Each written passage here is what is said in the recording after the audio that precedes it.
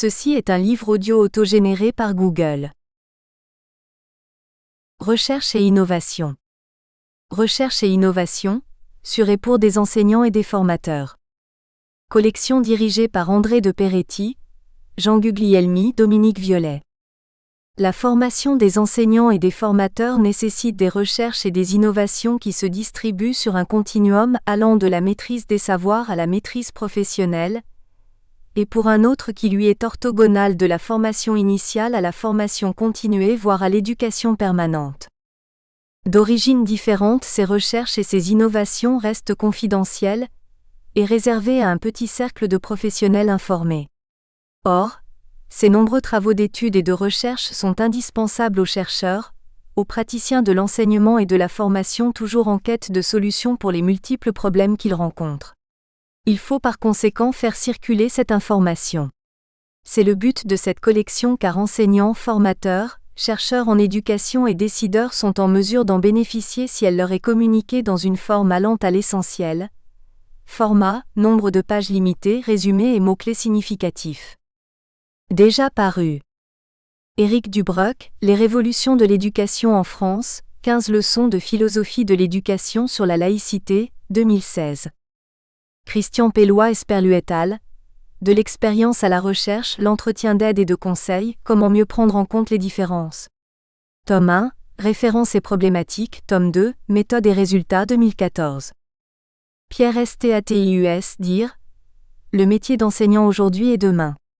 Colloque organisé par la CDIUFM et l'INS Lyon, en collaboration avec l'IFE et le CERFI, les 24 au 26 octobre 2012-2013. Pierre Statius, de l'éducation des modernes. Réflexion sur la crise de l'école à l'âge démocratique, 2009. Edmé Michel Y. Zinsou, l'Université de Côte d'Ivoire et la Société, 2009. Françoise Serrandour, De la parole à l'écriture en terrain scolaire et social, 2007. Paul Robert, Le travail créatif, pour un retour au développement et à la croissance, 2007. Monsieur Beauvais, C. Gérard, J.P. Gillier pour une éthique de l'intervention 2006. Dominique de la Salle, coordonné par L'apprentissage des langues à l'école, diversité des pratiques, 2 tomes 2005. Christian Gérard, Dirigé dans l'incertain 2005. Cécile Albert, Éducation de la personne et pédagogies innovantes 2005. Yves Durand, Une technique d'étude de l'imaginaire 2005. Anne Leroux, coordonnatrice, Enseigner l'histoire-géographie par le problème, 2004. Du même auteur. Une éducation républicaine. Marion Buisson-Durkheim, Paris-Vrin 2004. Les révolutions de l'éducation en France. 15 leçons de philosophie de l'éducation sur la laïcité, Paris, L'Harmattan 2016. Un cœur d'enfant, tome 2, Socialisé et libéré, Paris, L'Harmattan 2017. Dédicace. Pour Lulu, institutrice de la deuxième moitié du XXe siècle. Je tiens à remercier Denis Kambouchner qui a suivi, encouragé et soutenu ce travail. De même, ma gratitude va à Philippe Budgen, Pierre Kahn, Pierre-François Moreau, Dominique Otavi et Éric Prérat, qui ont accepté de le scruter avec attention et de me faire bénéficier de leur bienveillante critique. Enfin, ce livre n'aurait pas été écrit si Pierre, Florence et Béatrice ne m'avaient jour après jour témoigné leur amitié, ce bien le plus précieux. Chapitre 1 Généalogie d'une expérience. Tout le monde ne peut pas être orphelin. Jules Renard, Poil de carotte. La généalogie de l'expérience de l'enfant que je propose dans ce livre voudrait étudier certaines des structures régulières dans le cadre desquelles son intériorité et son cœur font l'objet, depuis environ 2 siècles, de formulations et d'élaborations nouvelles et déterminantes pour la constitution de la subjectivité humaine. Cette expérience qui, à la fois, permet à la pensée de s'en saisir et la tient dans la logique de sa problématisation, s'organise dans un système complexe de conception et de pratique aménageant la production des individualités enfantines, leur configuration intime et leur subjectivation, la formation en elles d'un sujet déterminé dans sa figure. De cette expérience, qui fait de sa subjectivité ou de son intériorité un lieu central de problématisation, on peut situer, en France, la naissance et le développement dans une plage historique couvrant les 19e et 20e siècles, c'est-à-dire les 3 moments des courants utopiques ou mystiques du début du XIXe siècle, de la pédagogie sous la Troisième République et dans la première moitié du XXe siècle, du mouvement de l'éducation nouvelle.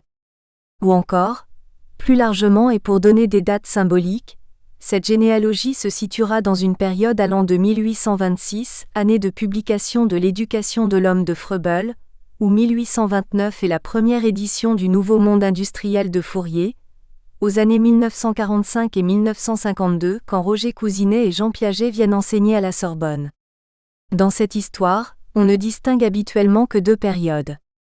L'une qui serait celle de l'éducation et de la pédagogie en France de la fin du XIXe siècle à la guerre de 14, symboliquement, entre les 2 publications, en 1882 et en 1911, des 2 éditions du Dictionnaire de Buisson.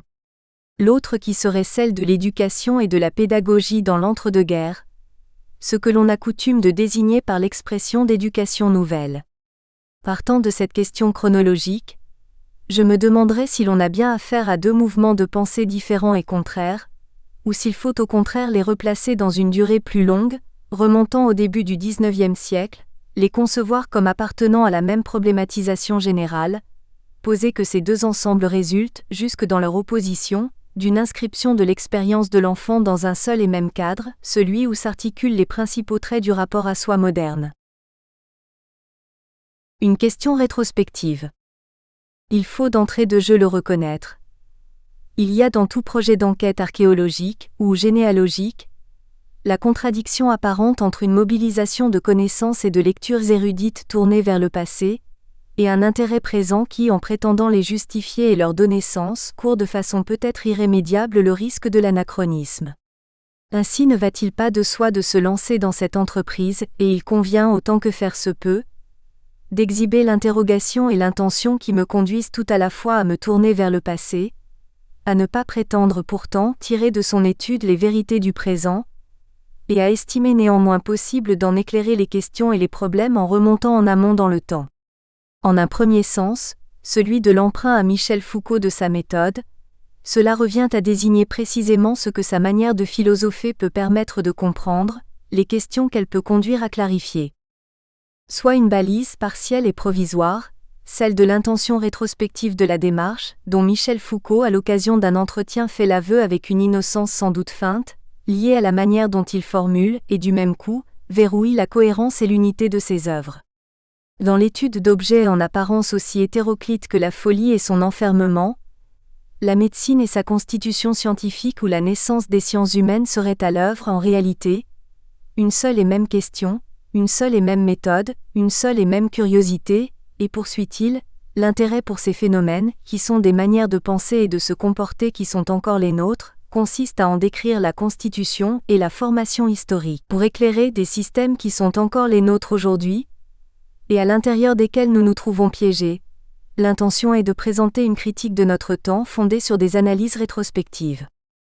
Dans cet énoncé en partie anecdotique, mais qui, dans les marges occasionnées par la publication des livres faisant œuvre, appartient à la longue série des reconstructions que leur auteur propose de sa trajectoire en vue, d'une façon à chaque fois renouvelée, de s'en approprier la maîtrise, s'esquisse l'un des moments d'une sorte d'auto-interprétation continuée et dont la répétition exprime un problème d'ordre philosophique.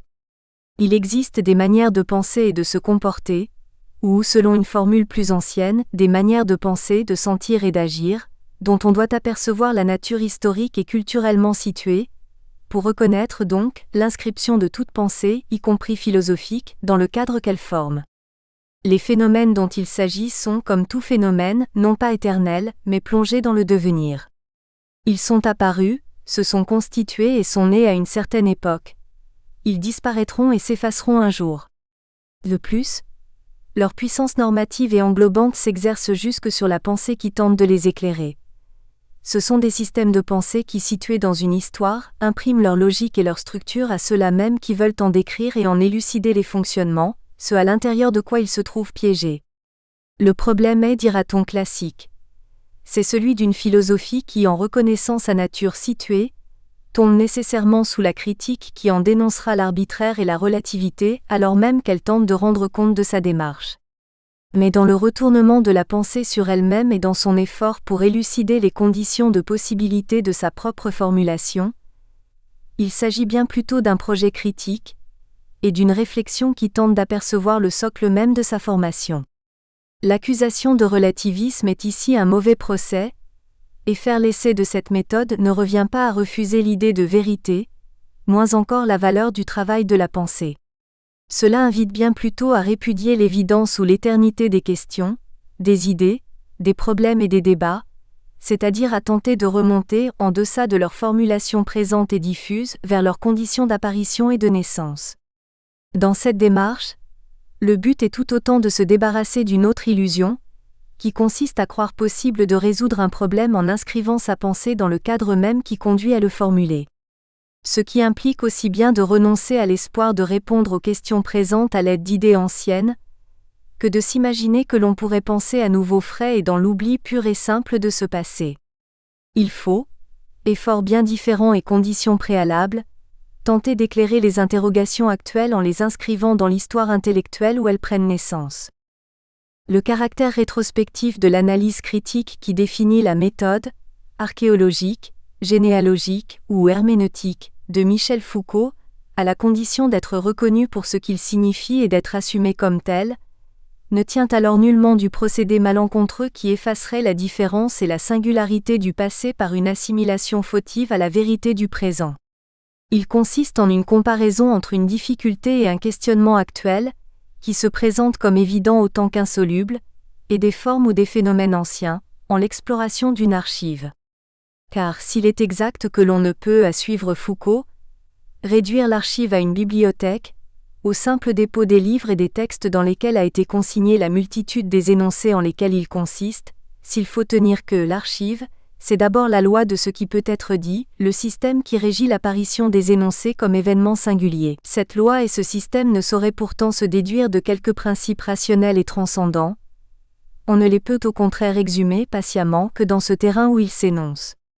L'enquête archéologique, loin de prétendre parvenir à la chose même, doit s'efforcer de revenir au texte même pour en venir à en formuler les règles et de là, se frayer un accès vers les jeux de pouvoir et de vérité qui les accompagnent. Dans cette mise en regard et dans ce jeu du présent et du passé, sont recherchées la possibilité d'objectiver les cadres ou les systèmes de pensée qui la conduisent à se formuler en aporie, ainsi que celle d'en prendre conscience voire de s'en extraire. De ce problème actuel, celui de la querelle de l'école dans laquelle la pensée se trouve prise et dont il s'agit de se déprendre, qui oriente le projet de cette enquête sur l'expérience de l'enfant, il convient de mesurer l'ampleur, avant de préciser en quel sens sera reprise la méthode, l'archéologie, la généalogie, l'herméneutique, de Michel Foucault pour appréhender cet objet et ses enjeux. 1. Impression d'Amérique, sur la querelle de l'école. Il serait difficile de le nier, une querelle de l'école, comme il y eut jadis une querelle des femmes ou une querelle des anciens et des modernes.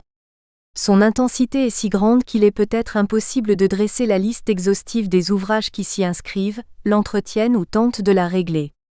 La querelle couvre tous les champs, tous les domaines, toutes les questions.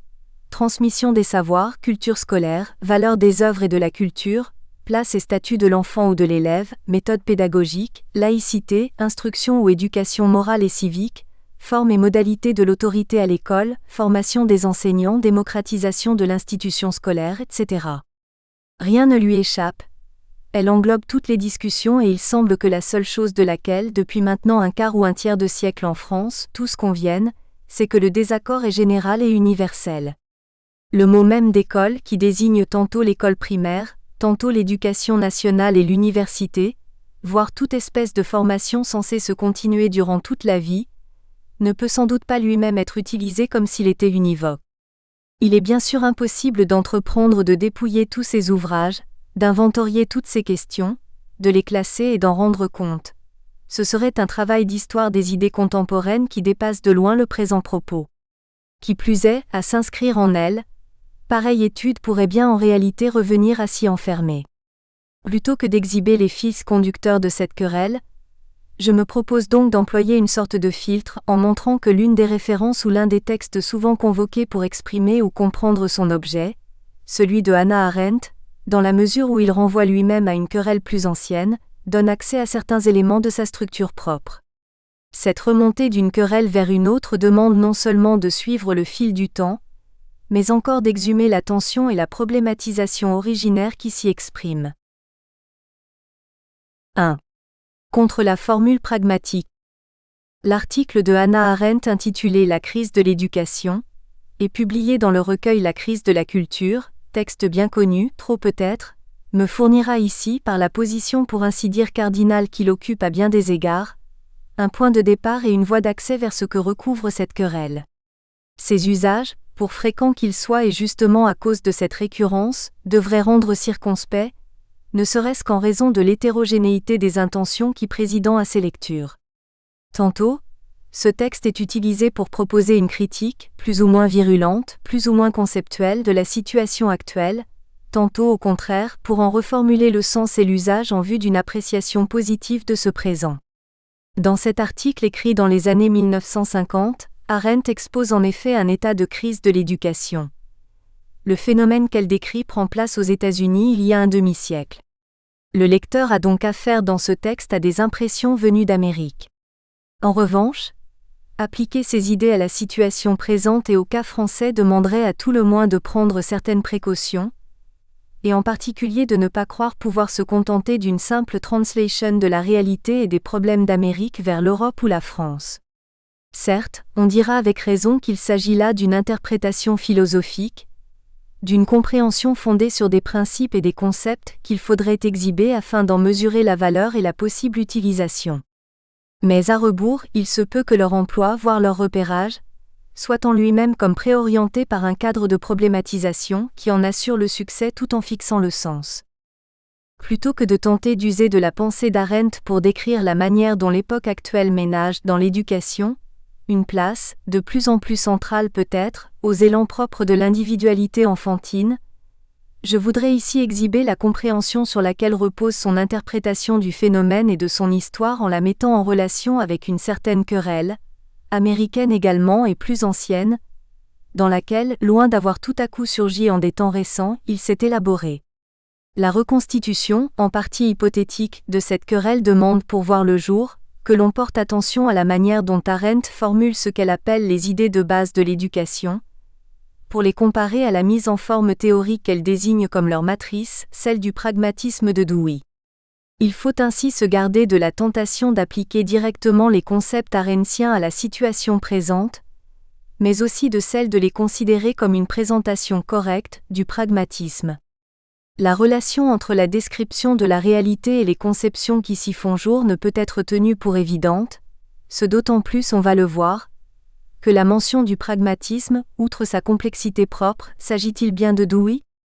Ou de quelque chose comme le mouvement de Weyhen? Est-il présenté correctement ou caricaturé? Jouxte une autre référence, plus discrète, différente de la précédente, plus ancienne et en réalité née en Europe. La reconstitution du jeu ou de l'hésitation entre ces deux références renvoie, on va le voir, à une querelle antérieure, ce qui conduit à penser que cette querelle de l'école s'inscrit dans une tension remontant au début du XIXe siècle, voire à la naissance des temps modernes. 1. Le salmigondi des théories modernes de l'éducation. Soit, pour commencer, un jugement de valeur porté par Arendt sur les idées éducatives du XXe siècle, qui renvoie à leur origine et à leur provenance. L'illusion issue du pathos de la nouveauté, a, dit-elle, produit les plus grands effets, en plaçant les théories modernes de l'éducation qui viennent du centre de l'Europe et consistent en un étourdissant salmigondi de bon sens et d'ineptie, en position de révolutionner de fond en comble tout le système d'éducation sous la bannière du progrès de l'éducation. Alors que ces idées étaient demeurées minoritaires, locales et expérimentales en Europe, elles ont, en Amérique, complètement bouleversé et pour ainsi dire du jour au lendemain, il y a de cela 25 ans, toutes les méthodes traditionnelles d'enseignement. Et il convient de se demander comment il a été possible de mettre à l'écart toutes les règles du bon sens. Le salmigondi, ou pot pourri dont il s'agit ici est celui des théories modernes opposées aux méthodes traditionnelles, les premières s'avérant au fond des salades, ce qui, implicitement, conduit à relégitimer les dernières. Le jugement de valeur est à la fois très net et sans appel. Au point que la seule question qui semble se poser aux yeux d'Arendt serait de comprendre d'une part, comment un pareil tissu d'ineptie, quand bien même y serait mélangé quelques lueurs de bon sens, est parvenu à conquérir une position dominante, et ensuite où s'en trouve l'origine. Or, selon Arendt, l'éducation a été révolutionnée au milieu du XXe siècle par des théories modernes issues d'Europe centrale, par des idées différentes de celles de Dewey et importées en Amérique. Comprendre comment ces théories aussi absurdes ont pu se répandre l'a conduit à examiner un événement qui se serait produit, il y a 25 ans, dans les années 1930. La conquête par le pragmatisme de Dewey ou par le mouvement éducatif issu de sa conception, d'une position dominante. Mais il s'agit d'un phénomène dans lequel, en réalité, des idées plus anciennes ont acquis un statut prépondérant. Cette théorie renvoie donc elle-même pour Arendt à une forme de pensée antérieure, voire plus originaire, dans la mesure où, dans sa provenance européenne, elle est en réalité caractéristique de la modernité, c'est-à-dire en celle-ci, d'une valorisation de l'action qui la place en position dominante par rapport à la théorie. Le succès des conceptions modernes de l'éducation renvoie au phénomène plus ancien, originaire dans la culture moderne, du renversement de la hiérarchie de la theoria, contemplatio, et de la praxis, actio. La raison de l'expansion de cette théorie de l'éducation qui, malgré son caractère ancien et originaire dans la culture occidentale, se serait totalement écartée de toute forme de bon sens est ainsi clairement énoncée par Arendt. Mais le succès des méthodes nouvelles en Amérique est aussi l'un des effets de l'illusion issue du pathos de la nouveauté, de cet extraordinaire enthousiasme pour tout ce qui est nouveau, qui, Arendt se réfère alors à Tocqueville, accompagne la croyance centrale des modernes dans le progrès et la perfectibilité indéfinie. La confiance dans l'avenir et le pathos de la nouveauté, parce qu'ils ont formé un concept et une notion politique durant le XVIIIe siècle, ont produit dans l'éducation une sorte de retournement dont le trait central est son assimilation à un moyen politique. Voir en elle un moyen du progrès signifie d'une part, croire que l'on pourrait l'utiliser pour créer un ordre politique et de l'autre, que l'on devrait dans ce domaine, éduquer les citoyens pour améliorer leur conscience, produire en eux plus de lucidité, de raison et de vertu. Selon Arendt, dès lors que l'on tente de réaliser un tel projet, en misant sur les enfants pour obtenir la fondation d'un nouveau monde, on tomberait dans l'erreur consistant à leur appliquer par avance le nouveau comme un fait accompli, c'est-à-dire comme s'il existait déjà. En somme, le salmigondi pédagogique issu d'Europe centrale n'aurait conquis sa position dominante en Amérique et dissimulé son incohérence et son absurdité qu'en s'unissant à une croyance politique aussi illusoire que fondatrice. Mais il convient de le souligner, si Arendt ne traite dans son article que de la situation américaine, l'origine de la querelle de l'école est quant à elle, européenne et liée à la genèse de la culture moderne en tant que telle. Celle-ci s'exprimerait dans une croyance démocratique au progrès valorisant le nouveau au détriment de l'ancien, et conduisant à estimer possible de préparer l'avenir politique de la cité des hommes en misant sur une éducation qui tient les enfants pour des êtres déjà pourvus de liberté, tout en reconnaissant qu'ils doivent pourtant faire l'apprentissage de cette liberté et être rendus aptes à transformer la réalité. Ce faisant, selon Arendt, les enfants seraient traités comme s'ils devaient d'emblée participer à l'élaboration du nouveau monde, ce qui abolirait la distinction politique entre eux et les adultes, en affirmant en cela une capacité politique et en soumettant ceux-ci à une exigence d'éducation. La croyance au progrès forme le principe menant à attribuer une fonction politique à l'éducation, et réciproquement, une fonction éducative à la politique. Elle conduit à vouloir traiter les enfants comme les membres d'une société politique, et inversement, à prétendre nécessaire d'éduquer les adultes pour les rendre aptes à la citoyenneté. Or, éduquer des citoyens adultes revient à n'employer aucune des méthodes politiques classiques. La force ou la contrainte, moyen exclusif des tyrannies, ou la persuasion et la délibération, procédé essentiel des démocraties, et à leur appliquer le mode de pouvoir réservé aux enfants. Soutenir qu'il faut éduquer des adultes, cela conduit selon Arendt à vouloir créer un nouvel ordre politique par l'éducation, en ne faisant appel ni à la force, ni à la contrainte, ni à la persuasion.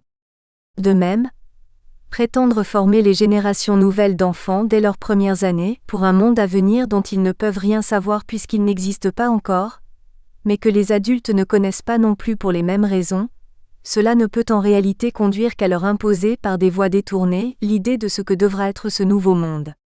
C'est leur en dicter le modèle, et par suite former une génération nouvelle pour un monde nouveau traduit en fait le désir de refuser aux nouveaux arrivants leur chance d'innover. On en vient ainsi nécessairement, explique Arendt, à imposer aux enfants une vision de l'avenir sous prétexte de leur en confier l'invention, à inculquer aux plus jeunes des conceptions et des formes politiques qui, sous couvert de leur permettre de devenir, comme on dit, les citoyens de demain, sont en réalité prescrites par les adultes d'aujourd'hui. Et en cela, les méthodes nouvelles participeraient d'un processus semblable à celui des régimes révolutionnaires les plus tyranniques, voire totalitaires, ou tout au moins s'en rapprocheraient par certains côtés, tout en s'en différenciant par nature. De tels régimes, en effet, croient que pour mettre en place de nouvelles conditions il faut commencer par les enfants et, lorsqu'ils accédant au pouvoir, il arrachant les enfants à leur famille et se bornant à les endoctriner. Naturellement, Arendt n'assimile pas les régimes démocratiques à des sociétés totalitaires, ni même secrètement travaillées par des tendances radicalement opposées à leurs propres principes. Elle renvoie le phénomène d'une éducation utilisée comme vecteur de l'ordre à venir à des origines communes.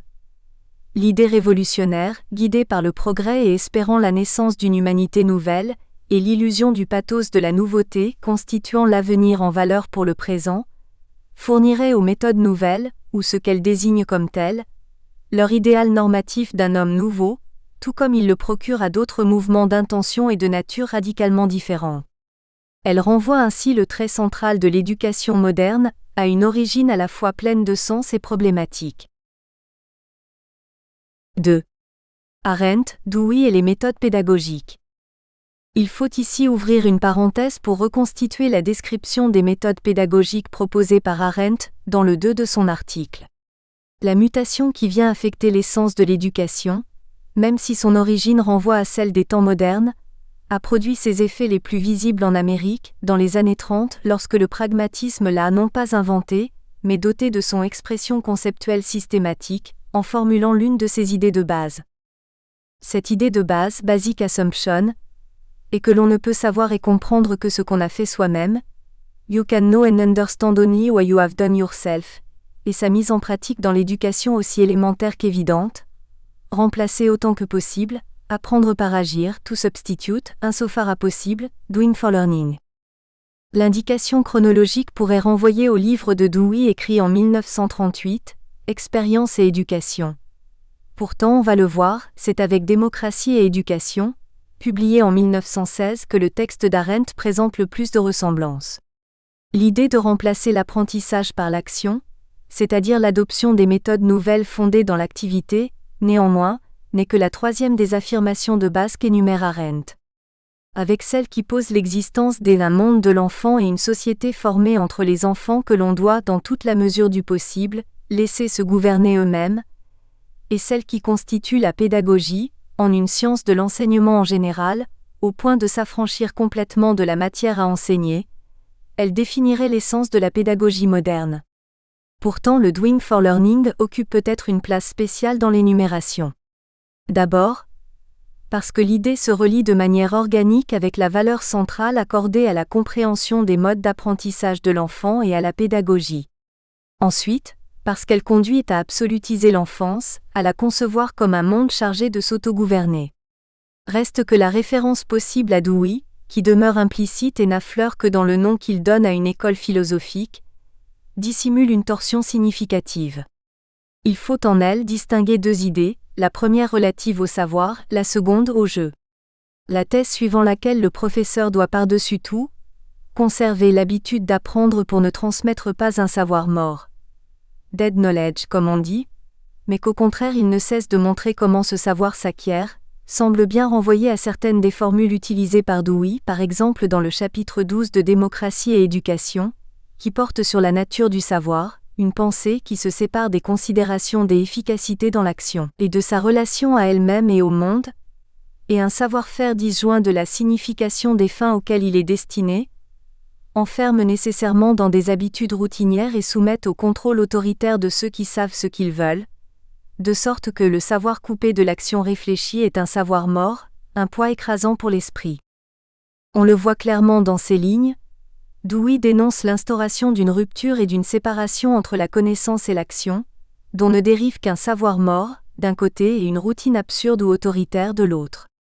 Cette scission signifie que ces savoirs résultent des activités et des comportements antérieurs des hommes, des expériences qui se sont déposées dans des formules verbales, pour produire des héritages transmis par une génération à la suivante, ce que l'on a coutume de désigner par le terme de culture. Le problème énoncé par Dewey consiste, à propos de l'éducation conçue comme instruction formelle, à indiquer que son procédé revient à vouloir inculquer à la pensée de l'enfant les significations d'un monde qui le précède et auquel il n'a pas accès alors que ces significations sont justement liées à ce monde. Arendt, certes, signale elle-même que la description qu'elle propose pêche, par son exagération évidente pour les besoins de la cause, mais il n'en reste pas moins difficile d'assimiler à une simplification le fait de présenter le refus d'une séparation comme signifiant une substitution. Il s'agit bien ici d'une première torsion infligée à la pensée de Dewey, et il faudrait se demander si les disciples de Dewey en sont les auteurs, ou si Arendt la lui impose et s'il s'agit d'un contresens. Celui-ci pourrait éventuellement être justifié par l'intention d'Arendt, qui est moins d'exposer la nature et le sens des méthodes de la pédagogie moderne, que de proposer une compréhension de l'essence du monde moderne à partir du cas de l'éducation, ou encore par le fait de tenir le glissement de la coupure vers une substitution pour celui du principe vers ses conséquences. Mais il me semble que l'on peut et doit aussi se demander s'il ne s'agit pas là d'autre chose que d'un glissement. Car Arendt repère un mouvement qui anime de l'intérieur l'éducation et les méthodes pédagogiques, une tendance à valoriser la spontanéité, et ce, quand bien même, comme le font des conceptions de Dewey, elle le refuserait. Or, si tel est le cas, il est donc question d'une difficulté réelle et inscrite au cœur même de la pensée éducative moderne ou nouvelle. 2. La torsion spontanéiste. Point n'est besoin ici d'exposer la véritable doctrine de Dewey, ni même la pensée authentique d'Arendt dans son article. Non pas, bien évidemment, que ces questions seraient dénuées de valeur, mais tout au contraire parce que ces travaux existent déjà. Certaines études consacrées à la théorie éducative de Dewey sont contemporaines de la publication en France de la crise de la culture, d'autres plus anciennes encore. On sait d'autre part l'intérêt porté à la pensée d'Arendt, en particulier sur le chapitre de l'éducation. Il suffira ici d'examiner les liens textuels que l'on peut relever entre ces deux penseurs. 1. Activité et expérience, learning et doing. Si l'expression de learning by doing figure bien dans démocratie et éducation, on ne la trouvera pas dans expérience et éducation, livre qui paraît préférer la formule d'un learning through ou by personal experience. Une première hésitation, d'ordre chronologique, peut donc être soulignée. Elle consisterait, si l'on admettait qu'Arendt se réfère effectivement aux œuvres de Dewey, à se demander si elle vise l'ouvrage de 1916 ou celui de 1938, dans la mesure où la formule à laquelle elle fait allusion apparaît dans le premier livre alors que son article renvoie plutôt aux années 1930. Certes, il se pourrait qu'Arendt ne se réfère en réalité nullement aux œuvres de Dewey lui-même, mais à un mouvement ou à une forme de pensée de Weyhen, et à la conception de l'éducation qui aurait selon elle rallié les pédagogues dans l'entre-deux-guerres. En ce cas, il serait vain de comparer le texte d'Arendt à ceux de Dewey et l'analyse que je viens d'entamer serait au mieux inutile. Mais il faudrait alors admettre qu'Arendt, au fond, ne savait pas de quoi elle parlait ou bien qu'elle traitait d'autre chose que de pédagogie. L'insuffisance de cette manière d'interpréter le texte arendtien tient à l'évidence, au fait de supposer un manque de compréhension de sa part. Il est sans doute plus probable qu'Arendt relève, dans le mouvement des éducateurs de la période 1930 à 1950 inspiré par les théories de Dewey, un trait central de la modernité, mais également une torsion venant affecter la pensée de Weyhen. Car une seconde hésitation doit ensuite être notée dans la manière dont Arendt énonce l'idée principale du pragmatisme. Celle-ci serait, selon elle, que les connaissances ne peuvent se transmettre qu'en substituant autant que possible le doing au learning. Cette formule, en effet, diffère de la façon dont Dewey explique la possibilité d'acquérir un savoir. Celui-ci, quel qu'il soit, ne se développe selon lui que dans des situations qui engagent le learning par le doing. La distinction pourrait paraître anecdotique, si elle n'engageait deux modes de compréhension de la formule. La première pourrait se résumer à « L'apprentissage est un processus qui s'enclenche et ne peut se déclencher que par le moyen du faire ou de l'action. » En ce sens, l'activité formerait la condition à la fois nécessaire et suffisante de l'apprentissage, dans la mesure où elle correspondrait à une tendance humaine naturelle et spontanément présente chez l'enfant. La seconde, quant à elle, pourrait se formuler ainsi : apprendre ne se produit que dans un ensemble d'activités formant une expérience. Et ce, parce que celle-ci peut seule offrir un accès réel et significatif à des contenus de connaissances qui autrement demeureraient à l'état mort. Or la première idée se trouve à n'en pas douter, en partie et négativement chez Dewey. Si l'on présente le savoir en le coupant de l'action, il perd de son sens et de sa signification, de sorte qu'il devient impossible de s'y intéresser. Il faut recourir à d'autres stratégies, relier par exemple son acquisition par l'enfant à une récompense ou sa non-acquisition à une punition, ou encore faire appel à la bonne volonté de l'élève. Mais la seconde doit aussi être maintenue, à titre de juste compréhension de la première. L'activité ne fournit la condition suffisante de l'acquisition d'un savoir, qu'à la condition de se trouver elle-même inscrite dans une expérience concrète, significative et capable de l'orienter et de la diriger. Dewey, par exemple dans le chapitre 16 d'Éducation et démocratie, réfléchit ainsi sur l'enseignement de la géographie. Dans cette discipline, on croit typiquement devoir transmettre des éléments de savoir coupés de l'action, et ce en raison de l'éloignement dans l'espace qui sépare les réalités à connaître et ceux qui cherchent à les comprendre. Selon Dewey, il faut au contraire la tenir pour une discipline englobant la vie des hommes dans le monde, et permettant de rendre compte de leur existence considérée tantôt dans ses aspects naturels et physiques, tantôt dans ses formes sociales et historiques. De sorte que la géographie doit présenter le cadre réel et vivant de l'humanité prise dans son ensemble, et que son enseignement consiste à passer du local au global, de l'étude de tel groupe social singulier dans un milieu particulier et à l'intérieur de certaines frontières, à celle de l'espèce humaine en d'autres termes. Situer le savoir dans un système d'action signifie ici le réinscrire dans une expérience qui doit être celle de la vie même des êtres humains, c'est-à-dire dans un monde pourvu de sens, riche d'expériences et d'activités, par lesquelles l'enfant qui apprend pourra progressivement s'en former une compréhension. En somme, deux idées, celle d'activité et celle d'expérience, fournissent chez Dewey l'explication complète de la possibilité d'un apprentissage et d'un enseignement réel. Parce qu'il est impossible d'entrer en relation avec un contenu de savoir et de s'y intéresser en dehors d'un système d'action qui engage le sujet et l'oriente vers ce contenu, la méthode de l'enseignement doit consister, pour l'éducateur, à construire des expériences lui permettant d'imprimer un mouvement aux tendances actives de l'enfant pour les diriger vers des savoirs contextualisés, donc pourvus de sens. Or, et il faut insister sur ce point, la difficulté consiste justement aux yeux de Dewey en ce que ces activités ne se tournent pas spontanément ni par elles-mêmes vers les contenus de savoir, et qu'il incombe à l'éducateur et à l'enseignant de les acheminer vers la connaissance. L'exigence pédagogique est ici celle d'une direction à imprimer à l'enfant, et non d'un accueil et d'une culture de sa spontanéité. Ce qui revient à demander de présenter l'ensemble du savoir humain dans des expériences présentes, à la fois tournées vers l'avenir, récapitulant tout le passé et permettant l'inscription concrète des individualités enfantines dans un système d'appréhension active de la vie. En somme, dans la réduction de la pédagogie à la seule condition de l'activité qui s'opère selon Arendt dans le remplacement de l'apprendre par l'agir, ce serait moins de la doctrine de Dewey qu'il s'agirait que de l'une de ses formulations, celle caricaturale, où s'exprimerait une tendance simplificatrice à l'excès.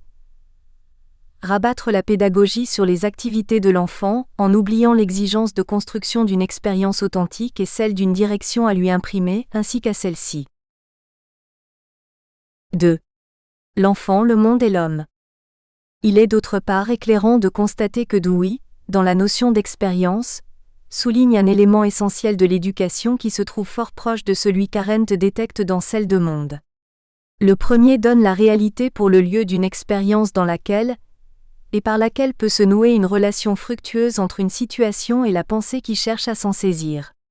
La seconde affirme que le monde est toujours plus vieux que les enfants, qu'il les précède et que le rôle de l'école est d'apprendre aux enfants ce qu'est le monde, de sorte que cet apprentissage est inévitablement tourné vers le passé.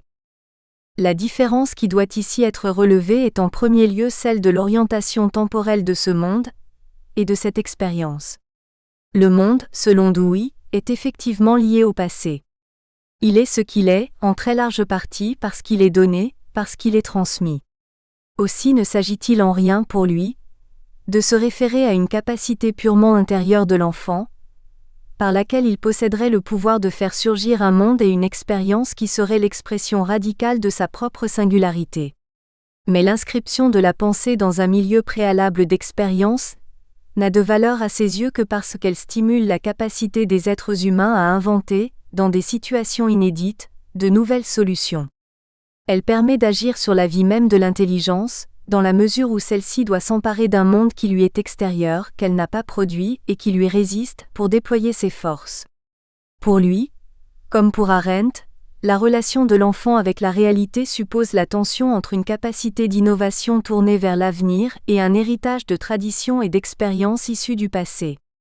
L'éducation pose ainsi, pour l'époque moderne, une question inédite, celle de la manière dont on pourra initier l'enfant aux expériences passées sans cependant abolir en lui la capacité vivante d'évaluation du présent, sans pour autant annihiler, dans une réalité qui serait entièrement gouvernée par les modèles du passé, le pouvoir de faire face aux situations futures qui ne peuvent que s'avérer inédites. On ne peut qu'être frappé par la symétrie inversée bien sûr des deux propos. Parce que le monde moderne est, explique Arendt, orienté par le pathos de la nouveauté, les modèles passés tombent en obsolescence, ils ne peuvent plus apprendre aux enfants à vivre dans ce monde qui pourtant les précède.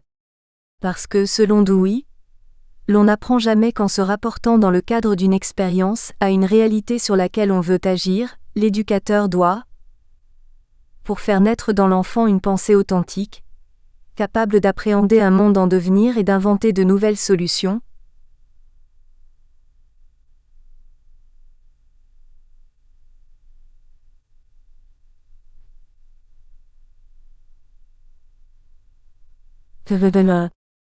En ce sens donc, si Arendt discutait réellement la théorie de l'éducation défendue par Dewey, le problème consisterait moins, pour le lecteur, à confronter leurs deux conceptions du monde et de l'expérience pour choisir celle qui lui conviendrait le mieux, qu'à tenter de reconstituer ces deux compréhensions de l'institution du réel, qui demeurent en filigrane dans son texte, pour pouvoir les comparer. Arendt, de plus, signale que sa présentation de la pensée deweyenne de l'éducation et de la façon dont elle a conquis les esprits ne prend pas en compte la manière dont, dans ce processus, on a accordé une importance particulière à oblitérer dans toute la mesure du possible la distinction entre le jeu et le travail, et ce en faveur du premier. Surgit ici une seconde idée, fort différente de celle du savoir. Si l'on prend cette phrase au pied de la lettre, elle signifie que la description des méthodes pédagogiques par trois affirmations de base imputées au pragmatisme, en dehors du fait qu'elle consiste en une exagération volontaire, attire l'attention sur un autre aspect du même processus qui est énoncé au début du paragraphe suivant. La connexion intime entre ces deux choses, la substitution du faire à l'apprendre et celle du jeu au travail. Comment en effet passe-t-on de la formule pragmatique, entendue comme l'inscription de l'apprentissage dans une expérience offrant aux activités de quoi se diriger vers des contenus de savoir, à celle qui fait du jeu le modèle de la formation spontanée d'un soi, dont il s'agirait de cultiver les jaillissements et les élans? Ce glissement constitue une torsion infligée au pragmatisme lui-même, non seulement dans la mesure où la conception de Dewey ne se présente pas comme une pédagogie du jeu, mais aussi parce que le doing par lequel s'opère le learning s'inscrit, selon lui, dans une expérience large dans laquelle sans doute il est présent, mais où il n'occupe pas une place centrale et où il a moins encore la fonction d'un procédé exclusif. 3. Jeu, travail et spontanéité. La substitution du jeu au travail accompagne celle du faire à l'apprendre, c'est-à-dire la torsion infligée précédemment au pragmatisme par le fait de le résumer dans l'expression du doing for learning. Le jeu, explique Arendt, est alors tenu pour la manière la plus appropriée et la plus vivante pour l'enfant de se comporter dans le monde, et la seule forme d'activité se développant spontanément à partir de son existence en tant qu'enfant, de sorte qu'il peut seul offrir le vecteur d'un apprentissage rendant justice à cette vivacité, un procédé qui ne le contraint pas à une attitude passive, mais fait appel à sa capacité ludique d'initiative.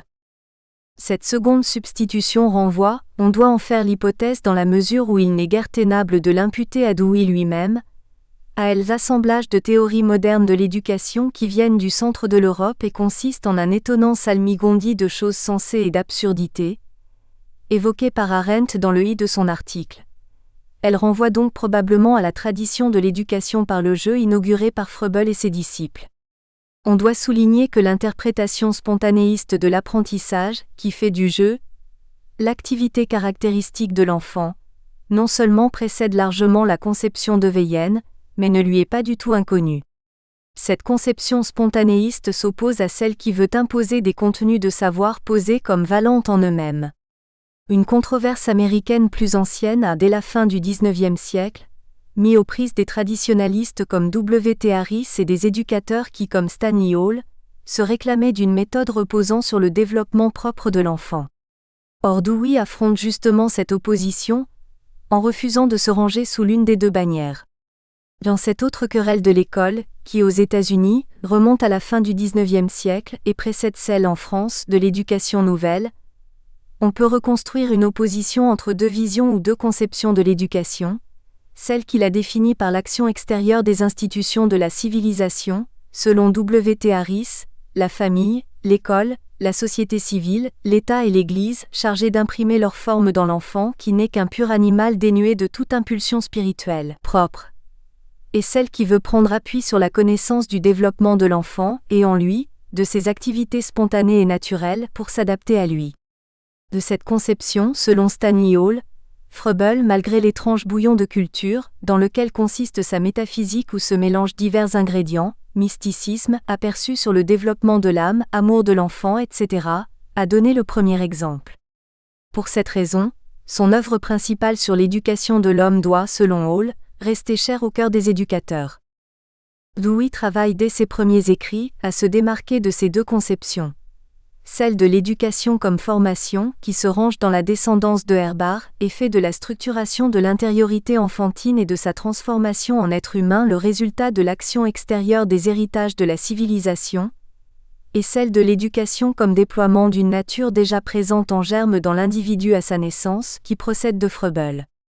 En réalité, l'opposition entre spontanéisme et transmission renvoie chez Dewey, au-delà de la controverse entre Harris et Hall, à celle des conceptions de Herbart et Froebel, c'est-à-dire au conflit entre deux types de rapports au savoir, l'information et le jeu.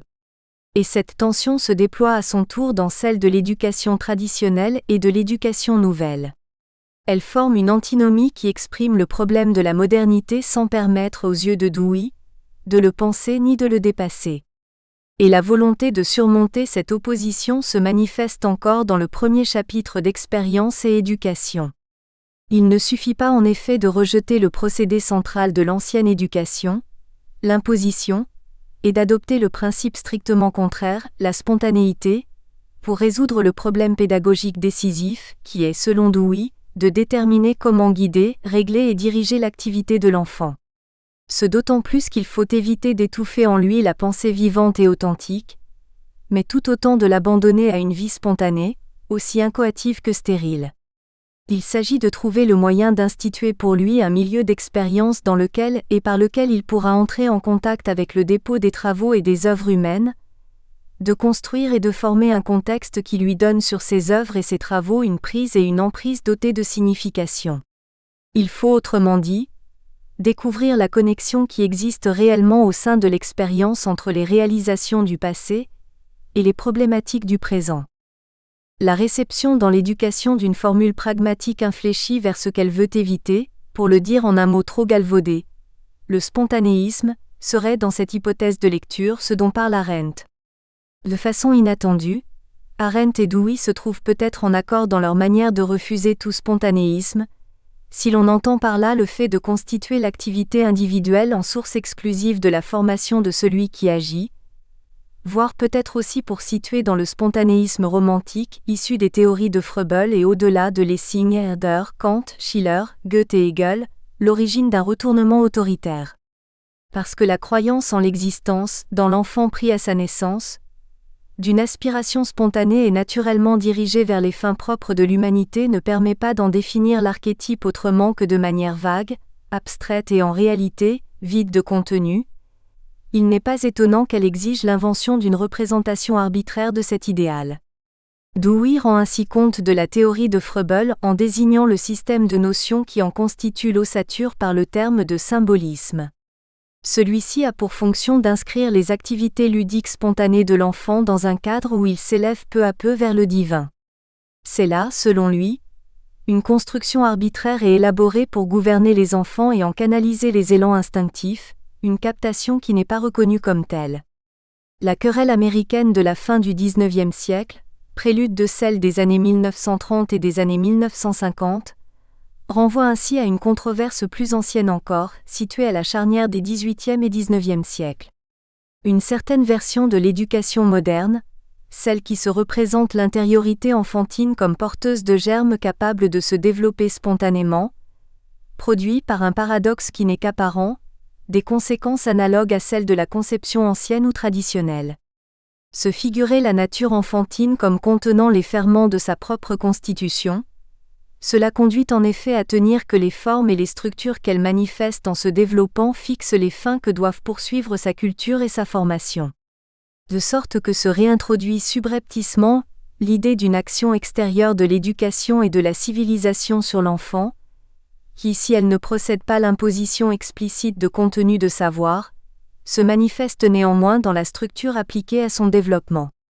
Les formes et les fins posées comme inhérentes à sa nature sont alors conçues comme ce qui active dans l'enfant des germes préexistants. Quoique l'on refuse l'idée d'imposer des contenus de l'extérieur, on tient cependant que de tels germes sont porteurs par eux-mêmes d'une puissance propre d'expression parce qu'ils procèdent d'un ordre général de la création. Cette nature germinale est alors réputée capable de se développer et de s'épanouir par elle-même et spontanément, pour parvenir à sa forme achevée. En somme, en refusant la position traditionnaliste de la transmission, Dewey resterait de ce fait, selon Arendt, exposé à la tentation d'un spontanéisme romantique, qu'il combat pourtant explicitement. On le voit, le dilemme de base se situe dans les relations entre la constitution du monde et son revers, le mode de formation de l'enfant. Comment éviter de réduire la configuration de la nature et de l'intériorité enfantine à l'action extérieure de la tradition, c'est-à-dire de l'ensemble des institutions héritées de la civilisation passée? Comment préserver en lui la capacité de pensée vivante et d'innovation, de modification ou de récréation du monde? Comment, à l'inverse, éviter de croire naïvement que cette formation intérieure de l'humanité dans l'enfant pourrait surgir de ses seules activités spontanées, dont le jeu fournit l'archétype? Comment conjurer le danger de l'abandonner en lui refusant toute direction, de le priver de toute puissance autonome, en le rendant incapable de modifier ou de renouveler la réalité humaine? Dans la question du monde et de la responsabilité du monde chez Arendt et chez Dewey, dans celle de l'expérience et de sa direction, une seule et même perplexité s'exprime peut-être en réalité, celle de la difficile figurabilité de l'intériorité enfantine, du cœur de l'enfant, ou si l'on préfère du sujet humain en lui, qui impose à l'éducation son irréversible instabilité et la constitue depuis le début du XIXe siècle en querelle. 3. L'expérience moderne de l'enfant. Plusieurs remarques procèdent de cette brève lecture du texte d'Arendt et du repérage de sa dimension critique et polémique. La fermeté, voire la virulence de son opposition à l'école de son époque, à ces trois idées de base, les enfants formant une société libre, la pédagogie érigée en science générale et l'activité du jeu posée en principe de tout apprentissage, peut inciter à adopter ces conceptions, ou au contraire à y dénoncer une caricature et un contresens. N'est-ce pas, demanderont les uns, très exactement le spectacle qui s'offre à nos yeux? Le règne de l'enfant roi, et du puérocentrisme, n'est-il pas le fait d'adultes qui ont renoncé à toute responsabilité en perdant tout bon sens? Jamais, rétorqueront les autres, l'éducateur ne s'est dispensé d'acquérir les connaissances qu'il s'efforce d'offrir aux enfants. Jamais il n'a renoncé à son ambition de les éduquer en leur donnant des repères pour les initier aux normes de la société. On imaginera d'autant mieux l'interminable dialogue, ou plutôt la juxtaposition sempiternelle de deux monologues, qu'on y aura peut-être assisté ou participé. Pourtant, plusieurs traits dans ce texte devraient retenir l'attention et empêcher de céder à la tentation d'en hypostasier les concepts, de les tenir pour la simple description d'une réalité offerte dans sa nudité. La rémanence proprement moderne d'une tension, le caractère originaire du problème et la centralité dans ce problème d'une expérience du sujet humain forment dans cette réflexion trois axes à partir desquels un autre questionnement peut s'ouvrir. 1. Une querelle récessive. Arendt signale discrètement, il est vrai, le caractère récessif d'une querelle à la fois actuelle et ancienne. Si l'article qu'elle rédige en 1958 porte sur un état de fait présent à ses yeux, elle en renvoie d'abord la cause à un phénomène des années 1930, l'institutionnalisation de la formule pragmatique. Sait-elle ou ignore-t-elle qu'une autre querelle, entre la fin du XIXe et le début du XXe siècle, s'est déjà déroulée, qui opposait les tenants d'une psychologie de l'enfant misant sur sa spontanéité à ceux d'une tradition à lui inculquer? Sait-elle ou ignore-t-elle que Dewey lui-même a pris position dans cette querelle, et que sa conception s'élabore au moins en partie comme une tentative pour la dépasser? Aucun élément dans ce texte, ni à ma connaissance dans d'autres pages de ses œuvres ne permet de trancher ce point. Certes, il est toujours imprudent de décider qu'un philosophe n'a pas lu tel ou tel livre, que sa curiosité a atteint ses limites avec un aussi petit objet que l'éducation ou l'enfant.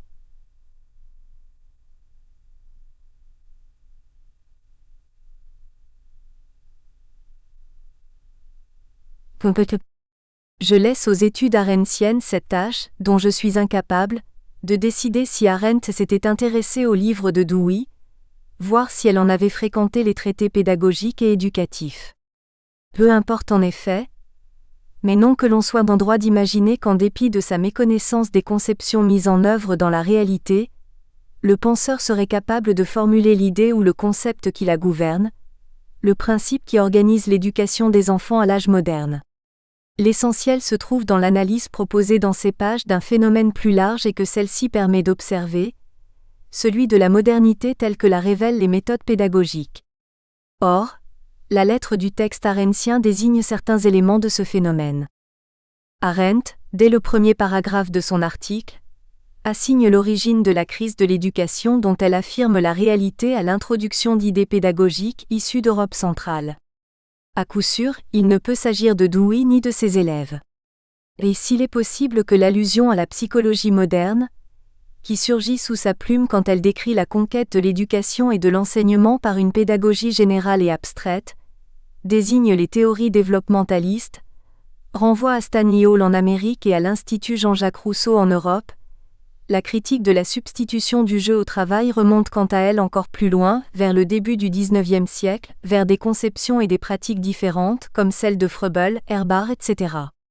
Qui plus est, le nerf de l'interprétation arendtienne consiste à affirmer que ce type de théorie n'a pu gagner les esprits et se cristalliser en vision partagée et rectrice de l'éducation que sous le coup d'un principe et d'un phénomène culturel de plus grande ampleur, le pathos de la nouveauté.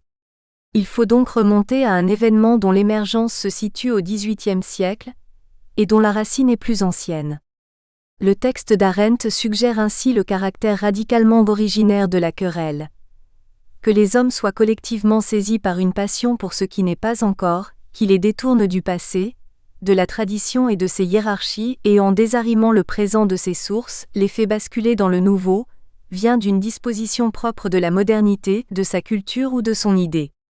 Tel est le fait qui se place à l'origine de la querelle de l'éducation et de l'école.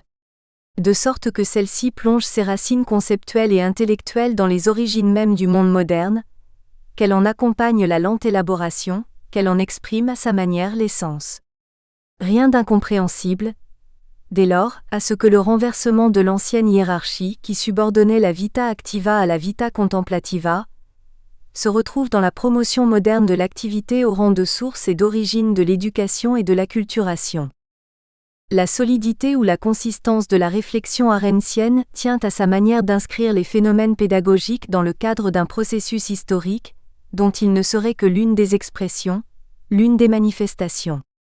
Cela en fait également, dira-t-on, la fragilité dans la mesure où les conceptions et les méthodes éducatives ne sont abordées que comme des symptômes ou des illustrations d'un processus culturel plus large, ce qui dispenserait de les examiner de plus près. Mais si l'on considère la disposition régressive de l'analyse, qui remonte le temps à mesure qu'elle progresse, on doit sans doute rester prudent face à la tentation d'aller de l'avant en l'appliquant au présent pour prétendre sonder l'avenir. Bien plutôt doit-on décider d'accepter cette invitation à explorer le passé pour retrouver le socle originaire où cette querelle prend naissance, de se demander si ce socle existe ou s'il ne relève que de la fiction heuristique, ou au mieux, d'une aventureuse hypothèse philosophique. 2. Une problématisation originaire. Une seconde remarque surgit ensuite, si l'on examine l'interprétation arendtienne de ce qu'elle appelle la formule pragmatique. Qu'on lui fasse ou non crédit de la lecture des textes de Dewey, de ceux de Kilpatrick ou d'autres tenants de la Project Method et de l'éducation progressive, qu'on lui attribue ou non d'en avoir résumé l'idée par la substitution de l'activité à l'apprentissage, d'avoir ou non ignoré qu'il préconisait l'inscription de cette activité dans une expérience dirigée et servant une transmission et non sa réduction au jeu aux dépens du travail, cela mérite que l'on s'y arrête. On serait, je l'ai dit, bien en peine de trouver chez Dewey de pareilles formules. Mais au lieu d'en tirer argument pour dénoncer chez Arendt une ignorance source de contresens, il faut peut-être comprendre ici, comme en filigrane, qu'elle indique un second phénomène, celui du parasitage interne de l'éducation à partir de la période moderne par son propre principe. L'appel à la figure,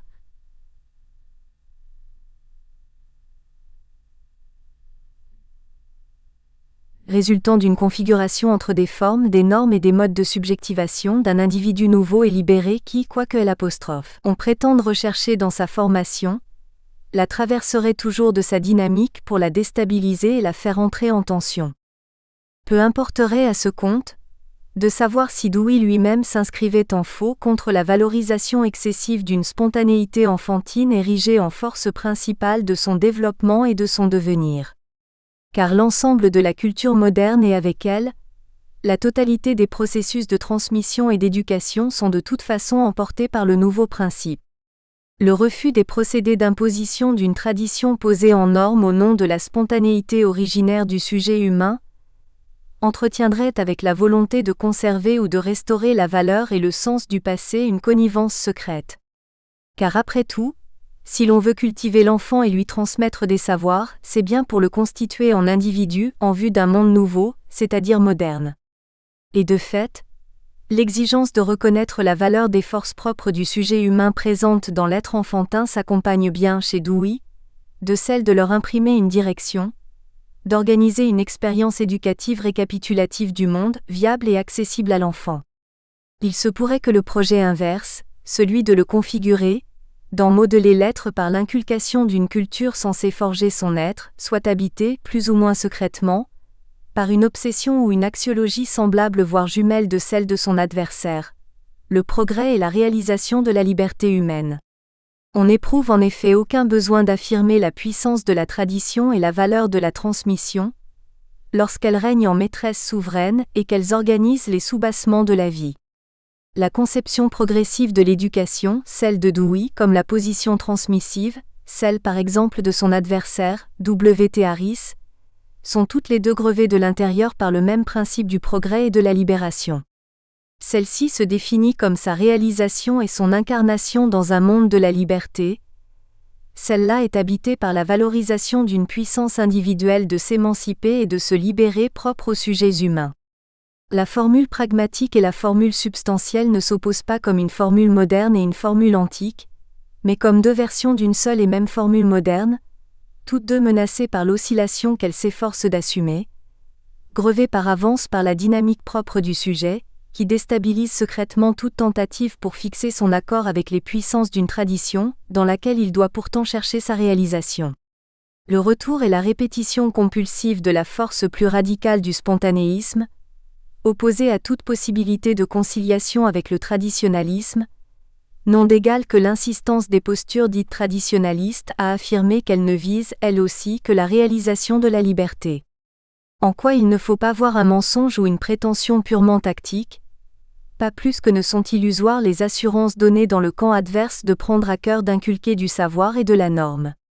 Les deux positions ne forment pas les termes d'une alternative que l'on pourrait trancher en optant pour une thèse contre l'autre. Elles sont les deux pôles d'une seule problématisation organisant la disposition commune de toute éducation à l'âge moderne, et le cadre de l'expérience de l'enfant. Si l'on admet cette hypothèse du caractère originaire d'une problématisation enveloppant les postures les plus contraires, on devra reconnaître que tout se passe comme si traditionnalisme et spontanéisme, loin de former deux voies séparées entre lesquelles il serait possible de choisir, constituent en réalité les deux pôles opposés et liés d'une seule et même configuration de la pensée. Entre ces deux inventions à la fois originaires et contemporaines l'une de l'autre, il serait alors vain de prétendre choisir, comme à l'inverse, d'imaginer la possibilité d'une synthèse. Il faudra au contraire faire l'hypothèse de ce qu'elles sont, prises à leurs racines et au moment de leur naissance, intimement conjointes, et tenir que leur entrelac primitif organise l'expérience moderne de l'enfant, c'est-à-dire les nouvelles stratégies de formation du sujet humain. Et ce, dans l'exacte mesure où la querelle originaire de l'école, de l'éducation, des méthodes pédagogiques et éducatives s'enracine dans une seule et même expérience, celle que fait le sujet humain, de devoir recevoir une formation pour en devenir le sujet et réaliser ainsi la puissance dont pourtant il se trouve d'emblée investi. Or, cette expérience nouvelle, c'est la troisième remarque que je veux proposer, prend dans l'expérience moderne de l'enfant l'une de ses expressions cardinales. 3. Expérience de l'enfant et querelle de l'école. S'il faut réviser la chronologie de la querelle et en affirmer le caractère de problématisation originaire, il faut peut-être tout autant apprendre à s'étonner d'une étrangeté, devenue si familière qu'elle passe inaperçue. Un truisme en énonce le principe. En éducation, il s'agit de l'enfant. D'un être, autrement dit, dont il ne va pas de soi de prétendre que son sort, sa nature et son devenir relèvent d'une question centrale. À tout le moins, pourrait-on dire, d'autres âges de la vie et d'autres dimensions de l'existence pourraient s'avérer au moins aussi importants. Et pourtant, que doit-on comprendre dans la description arendtienne de l'envahissement de la sphère prépolitique de la famille, de l'école et de l'éducation par les principes adultes et propres à la cité, ou pourrait-on ajouter dans celle analogue, qui voit le monde politique saisi par la tentation d'éduquer les citoyens? Peut-être ceci que l'expérience de l'enfant, à titre d'expérience cruciale du sujet humain, offre un terrain pour comprendre la modernité. Certes, Arendt le signale d'entrée de jeu, on peut croire les questions d'éducation inessentielles si on les place en regard d'autres phénomènes du XXe siècle, comme les grandes guerres, les mouvements révolutionnaires, les camps de concentration et d'extermination, voire plus subtilement si on les compare à l'étrange morosité qui semble envahir les pays occidentaux alors même qu'ils paraissent réaliser leurs promesses de prospérité. Ces phénomènes ne sont-ils pas plus massifs, plus essentiels et pour tout dire plus nobles malgré, ou peut-être à cause de leur ampleur cataclysmique? La centralité de l'expérience de l'enfant doit pourtant être reconnue. Non par une pose d'érudition, ou par un goût du paradoxe voulant que le diable aimerait autant que le bon Dieu, à se loger dans les détails. Le problème n'est pas d'envisager la présence dans la réalité la plus humble d'un principe absolu, qui le travaillerait en secret et de là, ordonnerait peu à peu le monde tout entier. Il n'est pas de prétendre que l'objet de grande ampleur, l'âge moderne, pourrait loger tout entier dans un être particulier et dans une question locale, l'enfant. Il consiste plus naïvement, à se demander comment il peut se faire que dans un monde où n'ont certes pas disparu les guerres et les autres phénomènes impressionnants, une expérience jadis aussi mineure que celle de l'enfant a pu acquérir une telle importance. Car les grands événements frappent d'eux-mêmes ceux qui y assistent, et l'on s'en étonne d'habitude sans effort. Chacun est alors naturellement enclin à se demander à quoi il a affaire, et quel est le sens de ces événements, tant ceux-ci semblent hors normes et inédits, pathologiques ou anormaux, singuliers jusqu'à être incompréhensibles. Mais d'une certaine manière, il se pourrait que la voie de la négativité s'avère celle de la facilité. Parce que, justement, les événements de grande ampleur paraissent déchirer la banalité de la vie quotidienne, parce que leur origine semble se situer à l'extérieur d'un monde qu'ils viennent ébranler, et qu'on ne les pense souvent que dans l'espoir de les éviter, on devrait se demander si leur singularité peut donner accès au réel. Il n'en va pas de même de l'expérience de l'enfant. Celle-ci, en effet, s'inscrit d'emblée dans le régime quotidien de la familiarité et sinon de l'éternité, du moins d'une factualité constante et d'une rémanence rassurante. Chacun vient au monde dans un univers déjà peuplé de ses semblables et structuré par avance, ne serait-ce que par l'ordre des choses, qu'il doit apprendre à son tour à habiter pour en devenir un membre. L'insistance avec laquelle Arendt souligne l'universalité de la naissance, du fait primordial pour les humains de venir au monde en tant que nouveau-né, ce dont l'enfant est à titre premier le porteur, n'exprime pas une méfiance envers la nature enfantine. L'intention n'est pas de repérer dans la condition humaine, dans le fait d'avoir été enfant avant que d'être homme, l'origine d'une faiblesse, celle d'un être envahi de prime abord par les préjugés et les erreurs imposées par la vie et par les éducateurs, et qui devrait donc se guérir et se réformer en gagnant l'usage méthodique de sa raison et de la puissance propre de son être. Elle est d'apercevoir ce fait plus délicat. L'expérience de l'enfant conquiert sa centralité en ceci qu'en sa banale familiarité se trouve engagée la production de l'être humain. Les enfants, explique Arendt, sont par la naissance des nouveaux venus dans un monde plus ancien fait et constitué par les générations précédentes et par les adultes qu'ils y trouvent déjà présents. Or, ces deux éléments, l'enfant est nouveau dans un monde qui lui est étranger et il est en devenir, renvoient à un paradoxe interne de son expérience. Il est ce nouvel être humain qu'il doit pourtant devenir. Cette contradiction doit faire tenir l'expérience de l'enfant d'une part pour son expérience, celle qu'il a de son existence et du monde en tant qu'être humain nouveau venu, et dans laquelle il s'affirme comme sujet, celle qui lui appartient. Mais d'autre part, elle est aussi bien ce qui le pose en objet, singulièrement, celle que les adultes et les plus âgés ont de lui, de son existence et de son mode d'être lorsqu'ils agissent sur lui pour l'éduquer. Car s'il faut croire que l'enfant possède une certaine expérience de lui-même, comment pourrait-il d'emblée la décrire et la formuler, sans trouver le titulaire et le maître, sans d'abord devenir autre, se transformer et acquérir pareil pouvoir? Réduite à sa plus simple expression, l'expérience de l'enfant est porteuse d'une contradiction propre à la condition humaine. Elle signifie la naissance d'un sujet humain qui est déjà lui-même, mais qui n'existe pourtant qu'en tant qu'objet pour d'autres sujets, et qui pour cette raison n'est pas encore pleinement ce sujet qu'il est en train de devenir.